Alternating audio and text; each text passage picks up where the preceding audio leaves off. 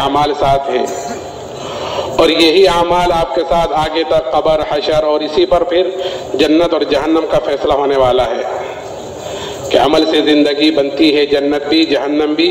یہ خاکی اپنی فطرت میں نہ نوری ہے نہ ناری ہے کہ انسان کے بننے بگڑنے کا تعلق دنیا کی کسی بھی چیز سے نہیں ہے، بلکہ انسان کے بننے بگڑنے کا تعلق انسان کے اعمال سے ہے۔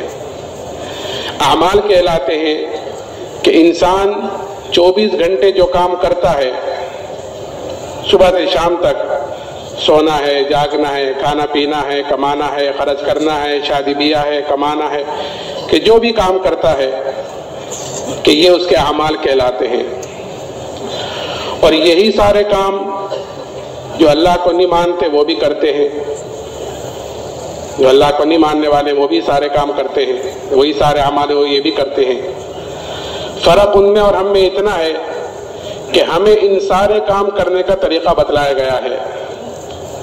لقد کان لکم فی رسول اللہ اسوۃ حسنہ، کہ تمہارے لیے زندگی گزارنے کا بہترین نمونہ کہ وہ تمہارے پیارے نبی کی زندگی ہے، کہ کل قیامت کے دن اللہ تعالیٰ ہر ایک کو اس نمونے کے مطابق دیکھیں گے۔ نمونے بنائے جاتے ہیں فیکٹریوں میں، پھر اس نمونے کو دیکھ کر پھر اور چیزیں بنائی جاتی ہیں، کاریں بنائی جاتی ہیں، مشینیں بنائی جاتی ہیں، نمونے کے مطابق ہوتی ہیں تو اس کو پاس کیا جاتا ہے، نمونے سے ہٹ کر ہوتی ہیں تو اس کو ریجیکٹ کر دیا جاتا ہے، فیل کر دیا جاتا ہے۔ تو ایسے ہمارے لیے نمونہ کہ وہ جناب رسول اللہ صلی اللہ علیہ وسلم کی زندگی ہے، کہ کل قیامت کے دن ہر ایک کو اللہ تعالیٰ اس نمونے کے مطابق دیکھیں گے کہ جس کی جتنی زندگی باعتبار اعمال کے کہ نبی کی زندگی کے مطابق ہوگی، کہ اللہ تعالیٰ کے ہاں اس کی قدر و قیمت ہوگی، اللہ کے ہاں اس کی حیثیت ہوگی، اور جس کی جتنی زندگی نبی کے طریقے سے ہٹ کر ہوگی اتنے ہی اللہ کے ہاں بے قیمت ہوگا، اتنے ہی اللہ کے ہاں بے حیثیت ہوگا۔ اس لیے میرے محترم بزرگوں دوستو، ہمیں سب سے پہلے یہ فکر کرنی ہے کہ میرے بدن سے نکلنے والے اعمال کیسے ہیں، اور عملوں کا دار و مدار وہ انسان کے یقین کے ساتھ ہے، کہ جیسے اس کے اندر کا یقین ہوگا کہ بدن سے نکلنے والے اعمال اس کے اعتبار سے ہوں گے۔ اگر اندر یقین بنا ہوا ہوگا تو بدن سے نکلنے والے اعمال اس کے اعتبار سے، اور اگر خدا نہ خواستہ اندر کا یقین بگڑا ہوا ہوا تو پھر بدن سے نکلنے والے اعمال اس کے اعتبار سے ہوں گے۔ اس لیے ہمیں بنیادی طور پر سب سے پہلے اپنے اندر کے یقین کو بدلنا ہے، اپنے اندر کے یقین کو بنانا ہے، یعنی اپنے ایمان کو، کہ یہ ایمان کہ یہ اللہ نے ہمیں سب سے بڑی نعمت مرحمت فرمائی ہے، ایمان کی دولت یہ سب سے بڑی نعمت ہے، کہ اس لیے کہ انعامات تو اللہ تعالیٰ کے بے شمار ہیں، کہ قرآن یہ کہتا ہے کہ وَإِن تَعُدُّوا نِعْمَتَ اللَّهِ لَا تُحْصُوهَا، کہ اللہ تعالیٰ کے انعامات تو اتنے ہیں کہ اگر اللہ کی نعمتوں کو گننا چاہیں، شمار کرنا چاہیں تو اللہ کی نعمتوں کو گن نہیں سکتے، شمار نہیں کر سکتے۔ اتنے انعامات اللہ تعالیٰ کے ہمارے اوپر، قدم قدم پر، سانس سانس پر اللہ تعالیٰ کی نعمتیں بارش کی طرح ہمارے اوپر اتر رہی ہیں، اور ایسی ایسی نعمتیں ہیں کہ اللہ کی ایک نعمت بڑی نعمت ہوتی ہے لیکن ہمارا دھیان ادھر نہیں جاتا کہ یہ بھی اللہ کی نعمتوں میں سے کوئی نعمت ہے۔ اس لیے کہ ہر چیز کی قدر و قیمت آدمی کو اس وقت پتہ چلتی ہے، اس وقت محسوس ہوتی ہے جب وہ چیز ہاتھ سے نکل جاتی ہے۔ جب تک کوئی چیز آدمی کے ہاتھ میں ہوتی ہے اس کی قدر و قیمت کا اندازہ نہیں ہوتا۔ اللہ نے مثال کے طور پر اللہ نے ہمیں آنکھیں دے رکھی ہیں، کوئی آدمی آنکھوں سے معذور ہو جائے تو پتہ چلے آنکھ کتنی بڑی نعمت۔ ہاتھ پیر دے رکھے ہیں، ہاتھ پیر سے معذور ہو جائے تو پتہ چلے ہاتھ پیر کتنی بڑی نعمت۔ تو میں نے کہا نعمت کی قدر ہی جب ہوتی ہے جب وہ چیز ہاتھ سے نکل جاتی ہے۔ ایک مرتبہ دو آدمی میرے پاس آئے وہاں پر نظام الدین میں، اور آ کر کہنے لگے کہ مولانا ہمارے بھائی کے لیے دعا کرنا، 10 سال ہو گئے اس کا پیشاب بند ہے، 10 سال سے نلکی لگا رکھی ہے، وہ نلکی لگی رہتی ہے تو اس سے نکلتا رہتا ہے تھوڑا بہت، نلکی نکال دو تو پیشاب نہیں ہوتا۔ تو کتنی بڑی نعمت۔ میں نے کہا نا ہمارا دھیان تصور بھی ادھر نہیں جاتا ہوگا کہ یہ بھی اللہ کی نعمتوں میں سے۔ اسی لیے حضور اقدس صلی اللہ علیہ وسلم نے پیدائش سے لے کر موت تک ہر موقع کی دعا بتلائی ہے اور ہر چیز کے کرنے کا طریقہ بتلایا ہے۔ اگر وہ چیز، وہ نعمت اس طریقے پر استعمال ہو رہی ہے جس طریقے پر جناب رسول اللہ صلی اللہ علیہ وسلم نے اس کے استعمال کا طریقہ بتلایا ہے تو ہر نعمت کہ پھر اللہ کے ہاں سے دلوانے والی بنے گی، انعامات اور مزید. اور اگر خدا نہ خواستہ وہ نعمت اس طریقے پر استعمال نہیں ہو رہی ہے تو پھر ہر نعمت کل قیامت کے دن پکڑ کا ذریعہ بنے گی. ہر نعمت کل قیامت کے دن ثم لتسألن یومئذ عن النعیم، کہ کل قیامت کے دن تم سے ضرور بھی ضرور نعمتوں کے بارے میں پوچھا جائے گا. ان السمع والبصر والفؤاد كل اولئک کان عنہ مسئولا، کہ ہر چیز کے بارے میں پوچھا جائے گا. تو یہ ہماری یہ زندگی جو ہے یہ آزادہ نہیں ہے کہ جس طرح چاہے جہاں چاہے جیسی چاہے گزار لے، بلکہ ہماری یہ زندگی جو ہے اللہ نے مرحمت فرمائی ہے یہ تو پابندیوں کے ساتھ گزارنے کی زندگی ہے. کیونکہ اس دنیا کو حدیث میں آیا ہے کہ دنیا مومن کا جیل خانہ ہے اور کافروں کی جنت ہے. اور جیل خانے میں آدمی کیسا رہتا ہے؟ ہر آدمی کو معلوم ہے کہ پابندیوں کے ساتھ رہتا ہے، کہ حکومت کے قوانین ہے اس کی پابندی کے ساتھ رہتا ہے. اب سونا ہے، اب اٹھنا ہے، یہ کھانا ہے، یہ کام کرنا ہے، ساری چیزیں ہوتی ہیں وہاں پر. وہاں آزاد نہیں ہوتا زندگی گزارنے میں بلکہ پابند ہوتا ہے. ایسے ہی مومن کہ یہاں پر پابند ہے کہے گا کہ جناب رسول اللہ صلی اللہ علیہ وسلم کے طریقے کا، کہ یہاں نہ کمانے میں آزاد ہے نہ خرچ کرنے میں آزاد ہے. زندگی کے کسی بھی شعبے میں یہ آدمی زندگی کسی شعبے میں آزاد نہیں ہے. اور پھر وہی چیز جو چیز نبی کے طریقے کے مطابق ہو جائے گی وہی چیز دین بنے گی. اور دین میرے محترم بزرگوں دوستو ایک دو عملوں کا نام نہیں ہے کہ خالی نماز پڑھنا، خالی روزہ رکھنا، کہ اتنا دین نہیں ہے، بلکہ دین تو عمل کے مجموعے کا نام ہے.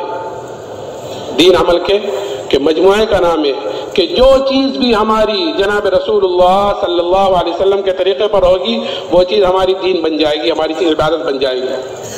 ایک آدمی بیت الخلا میں جاتا ہے، اگر بیت الخلا میں گیا نبی کے طریقے کے مطابق گیا اور نبی کے طریقے کے مطابق نکلا تو یہ بیت الخلا میں آنا جانا اس کا دین بن گیا، کیونکہ نبی کے طریقے کے مطابق گیا ہے، نبی کے طریقے کے مطابق نکلا ہے. بلکہ ایک مرتبہ تو آپ نے فرمایا کہ ایک آدمی اپنی بیوی سے اپنی خواہش پوری کرتا ہے تو یہ بیوی کے پاس جانا یہ بھی اس کا دین ہے. صحابہ نے عرض کیا یا رسول اللہ ایک آدمی اپنی خواہش پوری کرنے کے لیے جاتا ہے تو اس پر حیرت ہوئی، تو یہ بھی دین ہے؟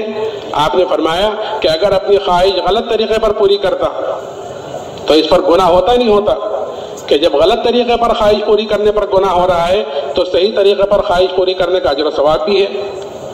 تو بیوی کے پاس جانا صحیح طریقے پر کہ یہ بھی اجر کا ثواب بنے، یہ بھی دین بنے گا ہمارا. اور اگر میرا محترم بزرگوں دوستو نبی کے طریقے سے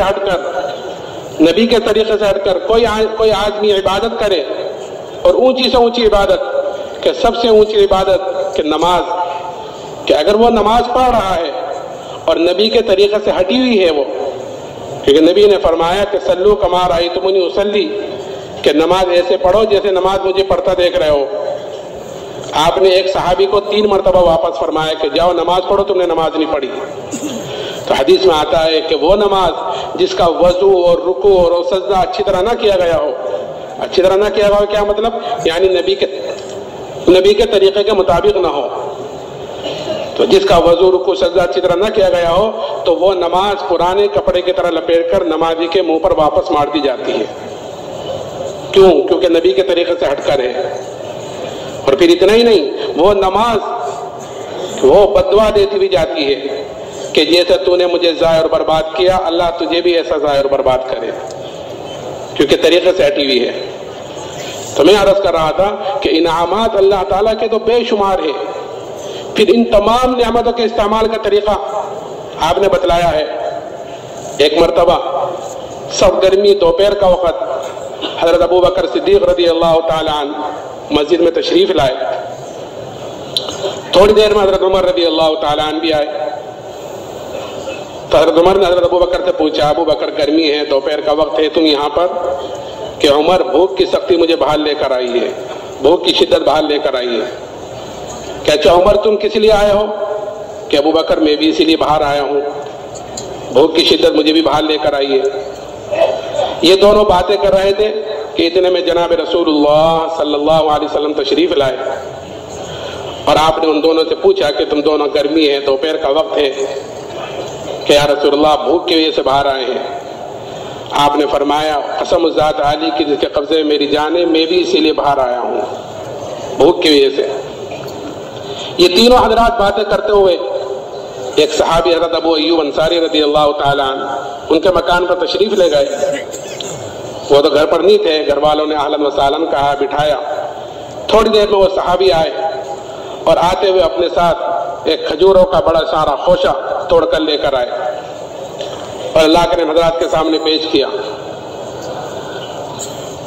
آپ نے فرمایا کہ اس میں سے پکی پکی لاتے ساری کیوں لائے؟ کہ نہیں یا رسول اللہ، جو آپ کو پسند ہو، پکی تر خشک جو آپ کو پسند ہو آپ نوش فرما لیں۔ ان تینوں نے وہ کھجور نوش فرمائی۔ اتنے ان صحابی نے ایک بکری کے بچے کو ذبح کیا اور کچھ کو بھونا اور کچھ کو پکایا اور اللہ کا آپ کے سامنے پیش کیا۔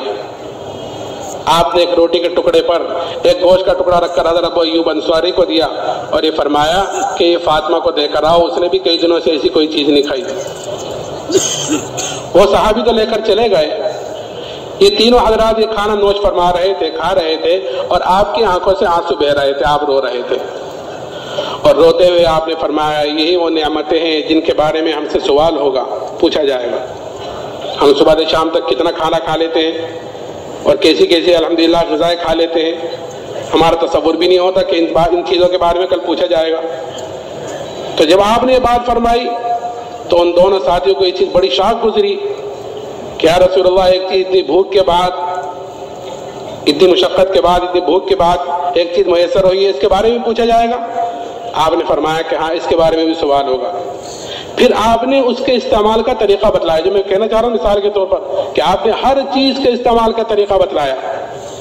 پھر آپ نے اس کے استعمال کا طریقہ بتلایا کہ جب شروع کرو تو بسم اللہ پڑھ کر شروع کرو، اور جب کھا چکو تو الحمدللہ الذی هو اشبعنا وانعم علینا وافضل پڑھ لو گے تو پھر اس نعمت کی پکڑ سے بچ جاؤ گے۔ تو میں عرض کر رہا تھا کہ انعامات تو اللہ تعالیٰ کے بے شمار ہیں، اور نعمت کی قدر اسی لیے حدیث میں آتا ہے کہ 5 چیزوں کی قدر کر لو، 5 چیزوں سے پہلے پہلے۔ اور اگر ہم غور کریں تو ان 5 چیزوں میں پوری زندگی کا مجموعہ آ گیا، ان 5 چیزوں میں۔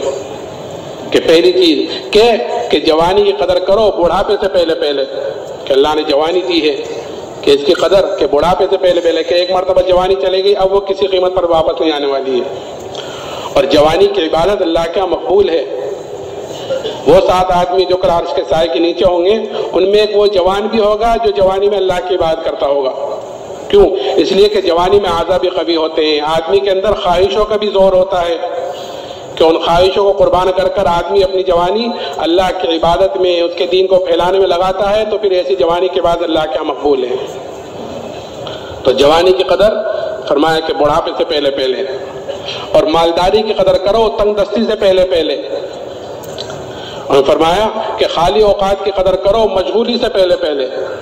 خالی اوقات کی قدر کیا ہے؟ کہ مثال کے طور پر، اس لیے کہ ماشاءاللہ بہت سارے حضرات اس میں سے اسی اجتماع سے جماعتیں بھی نکلیں گے، ماشاءاللہ آپ کے ہاں تو سال سال کی 7 مہینے کی جماعتیں ہوتی ہیں۔ تو ایک حدیث پاک کا مفہوم ہے کہ جو آدمی 40 دن اخلاص کے ساتھ ایسی طرح نماز پڑھے کہ اس کی تکبیر اولیٰ فوت نہ ہو، اس طرح نماز پڑھے، تو اللہ کی طرف سے اس کو 2 بڑے پروانے ملتے ہیں، ایک پروانہ جہنم سے چھٹکارے کا اور دوسرا نفاق سے بری ہونے کا۔ یہ اس شخص کو ہے جو 40 دن اخلاص کے ساتھ ایسی طرح نماز پڑھے کہ جب امام نے تکبیر کہی تو اس وقت یہ بھی نماز میں شامل ہو جائے۔ تو اس حدیث پر عمل کرنے کا اللہ کے راستے میں نکل کر بہترین وقت ہوتا ہے کہ نہ گھر ہے، نہ کاروبار ہے، نہ دوست احباب ہے، نہ کسی کی خوشی میں جانا، نہ کسی غمی میں جانا، کوئی کام نہیں، ہر وقت مسجد ہی میں رہنا ہے۔ آدمی گشت کے لیے نکل گیا، ملاقاتوں کے لیے نکل گیا، پھر آ گیا، کھانا پینا سونا جاگنا سب مسجد میں ہی ہے۔ کہ اس حدیث پر عمل کرنے کا خالی اوقات کی قدر بتلا رہا ہوں میں، کہ ہم نے وقت کو فارغ کیا ہے، خالی کیا ہے مسجد کے لیے چلے 4 مہینے کے لیے، کہ کوئی دوسرا کام ہے ہی نہیں۔ تو اس حدیث پر عمل کرنے کا یہ بہترین وقت ہوتا ہے اللہ کے راستے میں نکلنے کا، کہ کوئی مشقت ہی نہیں، ہر وقت مسجد ہی میں رہنا ہے۔ اور اگر خدا نخواستہ یہاں اس پر عمل نہ ہو سکا تو گھر جا کر اس حدیث پر عمل کرنا مشکل ہو جائے گا۔ کیوں؟ کیونکہ سینکڑوں جھمیلے ساتھ لگے ہوئے ہیں، گھر والوں کے، دوست احباب کے، کسی کی خوشی میں چلا گیا، کسی کی غمی میں چلا گئے۔ کہ 38 دن 39 دن تک پڑھتے رہے کہ ایک دن ایک رکعت نکل گئی کہ اس فضیلت سے تو محروم ہو گیا، باقی ثواب مل جائے گا، اپنی جگہ ہے۔ تو میں نے کہا کہ خالی اوقات کی قدر کہ مشغولی سے پہلے پہلے، اور فرمایا کہ صحت کی قدر کرو بیماریوں سے پہلے پہلے۔ آدمی اپنی صحت کی طرف سے بھی غفلت میں پڑا ہوا ہے وہ، کہ ٹھیک ہے ابھی تو ہے، ٹھیک ہے کر لیں گے، سوچ لیں گے، کہ نہیں، صحت کی طرف سے غفلت میں ہے۔ حالانکہ حضرت علی رضی اللہ تعالیٰ عنہ فرماتے تھے کہ دو چیزوں میں تاخیر نہیں ہوتی، وہ اچانک آ جاتی ہے، اللہ حفاظت فرمائے، وہ اچانک آتی ہے۔ ایک تو فقیری کہ اچھا کاروبار چل رہا تھا، اچھے خاصے تھے، کہ حالات آئے کاروبار پر کہ اوپر سے ایک دم نیچے آتے چلے گئے، حالات ہیں، کاروباری حالات آ جاتے ہیں کہ اچھا خاصا تھا پھر نیچے آ گئے۔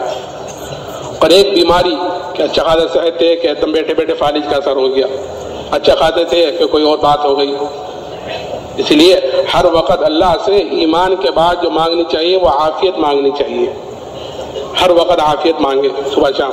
حضور اقدس صلی اللہ علیہ وسلم نے دعائیں بتلائی ہیں ہر نماز کے بعد کی، کہ صبح کی نماز الحمدللہ الذی عافانی، کیا نہیں کیا ہے وہ دعا، اللہم انی اسألک العفو والعافیہ فی الدنیا والآخرہ، اور اللہم عافنی فی بدنی، اللہم عافنی فی سمعی، اللہم عافنی فی بصری، لا الہ الا انت۔ یعنی حضور اقدس صلی اللہ علیہ وسلم نے ہر موقع کی دعا بتلائی ہے۔ تو ہر وقت اللہ سے عافیت مانگنی چاہیے کہ بیماری بھی اچانک آ جاتی ہے۔ اور یہ فرمایا کہ زندگی قدر کرو موت سے پہلے پہلے، کہ جو قبروں میں چلے گئے اب وہ ایک مرتبہ بھی سبحان اللہ کہنے سے قاصر ہے، کہ چلے گئے ہمیشہ کے لیے ختم زندگی۔ تو میں نے عرض کر رہا تھا کہ انعامات اللہ تعالیٰ کے بے شمار ہیں، لیکن ان تمام نعمتوں میں جو سب سے بڑی دولت اور سب سے بڑی نعمت اللہ نے مجھے اور آپ کو مرحمت فرمائی ہے وہ ایمان کی دولت ہے، اس سے بڑی کوئی نعمت نہیں ہے۔ اس لیے کہ آدمی خدا نہ خواستہ اگر اس دنیا سے ایمان کے بغیر چلا گیا تو پھر کل قیامت کے دن اپنی جان کے فدیے میں دنیا کا سارا سونا چاندی بھی دے دے تب بھی کل قیامت کے دن اللہ کے عذاب سے نہیں بچ سکتا۔ اللہ نے مجھے اور آپ کو یہ اتنی بڑی نعمت بغیر محنت کے، بغیر مجاہدے کے اور بغیر مانگے عطا فرمائی ہے، اور آج ہمارے اندر سے اس ایمان کی قدر و قیمت نکل گئی ہے۔ اور نکلی بھی کیوں ہے؟ نکلی بھی اسی لیے کہ جو چیز آدمی کو بغیر محنت کے، بغیر مجاہدے کے کوئی چیز مل جاتی ہے تو آدمی کے اندر اس کی قدر و قیمت کم ہوتی ہے بنسبت اس کے جو چیز آدمی محنت کر کر حاصل کرتا ہے، کہ جس چیز پر آدمی کا جان مال وقت لگتا ہے، جس چیز کے لیے آدمی قربانی دیتا ہے، کہ اس کی قدر و قیمت زیادہ ہوتی ہے، اور جو چیز آدمی کو ویسے ہی مل جاتی ہے کہ اس کی قدر و قیمت کم ہوتی ہے۔ کہ ایمان کیونکہ ہمیں بغیر محنت کے، بغیر مجاہدے کے، کہ خاندان مسلمان تھا، دادا پردادا مسلمان تھے، ہم مسلمانوں کے گھر میں پیدا ہو گئے، الحمدللہ ہم بھی مسلمان، اس لیے ہمارے اندر مسلمانوں کے اندر اس ایمان کی قدر و قیمت کم ہے۔ اس لیے جناب رسول اللہ صلی اللہ علیہ وسلم نے اللہ کے ہاں ایمان کی اور ایمان والے کی کیا حیثیت ہے، کیا قدر و قیمت ہے وہ بتلائی ہے، اور وہ اس لیے بتلائی ہے تاکہ ہم جہاں ہو، جس حالت میں ہو، کہ اپنے ایمان کی طرف سے فکر مند بھی ہوں اور اپنے ایمان کی فکر بھی کرتے رہے، قدر بھی کرے اپنے ایمان کی ہر وقت۔ یہ بتلایا کہ یہ ایمان کی قدر یہ اللہ کیا، یہ ہے ایک ایمان والے کی، کہ جب تک ایک ایمان والا اس دنیا میں موجود رہے گا کہ اللہ کے ہاں اس کی یہ قدر ہے کہ اللہ تعالیٰ اس سات و زمین آسمان کے نظام کو باقی رکھے گا ایک ایمان والے کی وجہ سے۔ کہ اس وقت کتنے مسلمان ہیں، کتنے ایمان والے ہیں کہ سب دنیا سے چلے جائیں اور ہم میں سے ایک باقی رہ جائے تو ہماری ایک کی وجہ سے اللہ تعالیٰ اس سات و زمین آسمان کے نظام کو باقی رکھے گا۔ اب اگر کوئی نہیں رہا ہے دنیا میں مسلمان تو چاہے دنیا انسانوں سے بھری ہوئی ہو، اللہ کو اس دنیا کی کوئی ضرورت نہیں، اللہ اس کو ختم کرے گا، کہ اس کا وجود ہی کہ ایمان والے کی وجہ سے ہے۔ یہ قدر ہے اور قیمت کہ اگر رائے کے دانے کے برابر ایمان کو بچا کر لے گئے تو اللہ تعالیٰ اس دنیا سے 10 گنی بڑی جنت مرحمت فرمائے گا۔ اب جس کا ایمان جتنا اونچا ہوگا، جس کا ایمان جتنا اعلیٰ ہوگا کہ کل قیامت کے دن اس کی اتنی بڑی جنت ہوگی۔ یہ اللہ نے ہمیں یہ دعوت تبلیغ والا جو کام دیا ہے یہ آسان سا، یہ اپنے ایمان کو بنانے کی بہترین چیز ہے، بہترین محنت ہے کہ آدمی اللہ کے راستے میں نکلتا ہے، اللہ کی بڑائی کو بولتا ہے، سنتا ہے، اس کی عظمت کو بولتا ہے، اللہ کی طرف دعوت دیتا ہے تو اللہ سے ہونے کا یقین اندر پیدا ہوتا ہے، وہ ایمان ہوتا ہے کہ ایمان بڑھتا ہے، وہ ایمان بڑھتا ہے تو پھر بدن سے نکلنے والے عمل صحیح ہوتے ہیں، کیونکہ اعمال کی خرابی وہ اندر کی خرابی کی وجہ سے ہے، اور اعمال کا صحیح ہونا وہ اندر کے صحیح ہونے کی وجہ سے ہے۔ صحابہ اسی لیے کہتے ہیں کہ تعلم